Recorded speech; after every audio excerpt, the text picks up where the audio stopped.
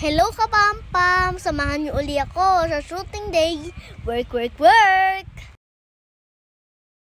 Nandito na po tayo sa location. Ito po yung standby area namin. Ito po si Ate Jewel, si Daddy at ako. Kakain po muna kami. Kiss ko na po muna si Ate Sheila dahil siya po yung nakasama ko sa Lucky Me.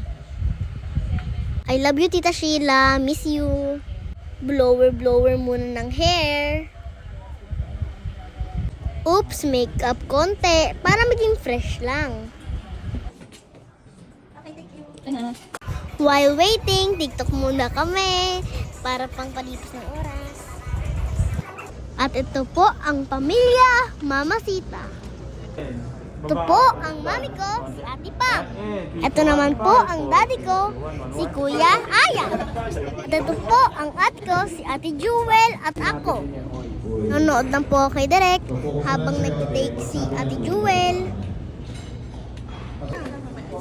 Ayan na po ako, nilalagyan na po ng sauce sa bibig ko. Napakasarap po ng Mama Sita's oyster sauce. Sigurado mong papakain ka ng gulay. At eto na. Oh, ayan na po. Kakain na po kami dalawang may kapatid. Kami yung batang kumakain ng gulay dahil sa oyster sauce. And cut. Pack up na. Bye-bye, Tita Sheila. Bye-bye, Direk. Thank you po. Bye-bye, Mami Pam.